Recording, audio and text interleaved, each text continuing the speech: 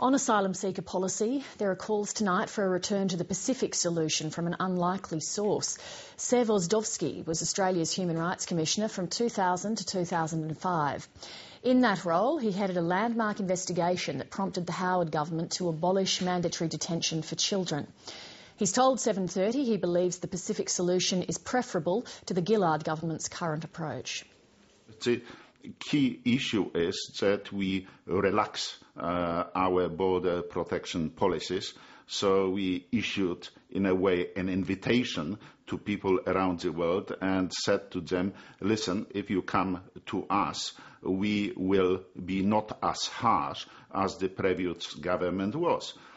So when you look at the refugee situation around the world, the numbers are going down. But we are attracting more of them, and we are attracting more of them mainly because we've got rid of our Pacific solution, and we said, come on, we'll look after you. To be clear, are you suggesting that a return to the Pacific solution would be preferable?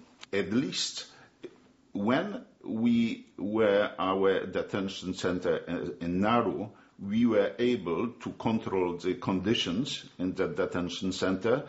If we sent them to Malaysia, and there was enough information in the last few days on TV about the quality of detention in Malaysia, I think it will be a much worse solution.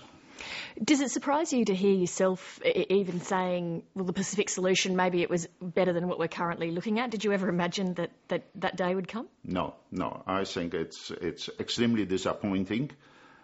I think it's, however, a pragmatic response in the current circumstances. It's nearly 7 years since your landmark report into children in detention.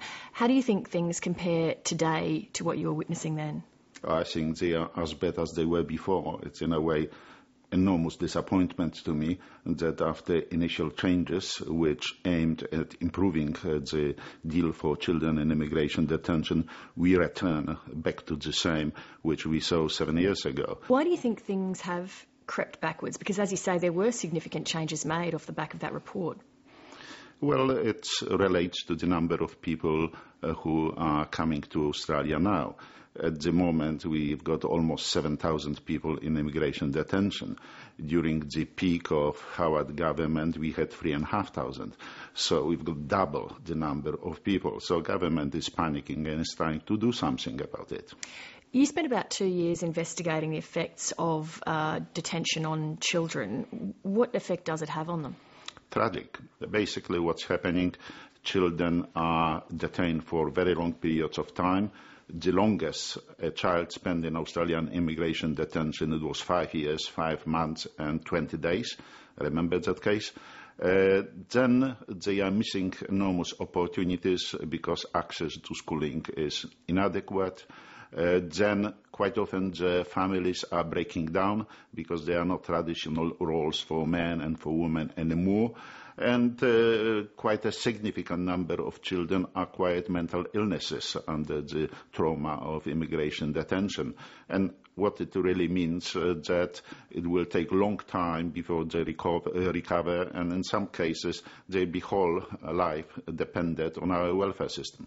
What sort of mental illnesses and what percentage of children had them? It's difficult to say because I didn't do survey of all children, but I saw children self-harming, I saw children going into razor wires, I read reports of attempted suicide. I, in case of one child, saw 20 reports from state child protection authorities saying that the child got to be released with parents because of the symptoms child developed, which were not being able to be treated in detention, and basically the Department of Immigration didn't act on the case. How would we know whether or not those sorts of situations are occurring at the moment? Well, the whole problem is we don't know, and you need to have a proper inquiry with proper judicial power to go into immigration detention centers, to call SERCO officials, immigration officials, to give evidence, to go to subpoena immigration department's documents to establish it. Therefore, I was calling on Human Rights Commission to reconstitute the inquiry and to have a look really what's happening there. So a second full-scale inquiry similar Very to... much so. Very much so. Because you see, the inquiry is not only putting under microscope what's happening in immigration attention, it also informs Australian public about what's happening over there. So it's having impact on public opinion. And I think it's very important that we as a society know what's really happening in immigration detention centers. Thank you very much for joining us. Thank you.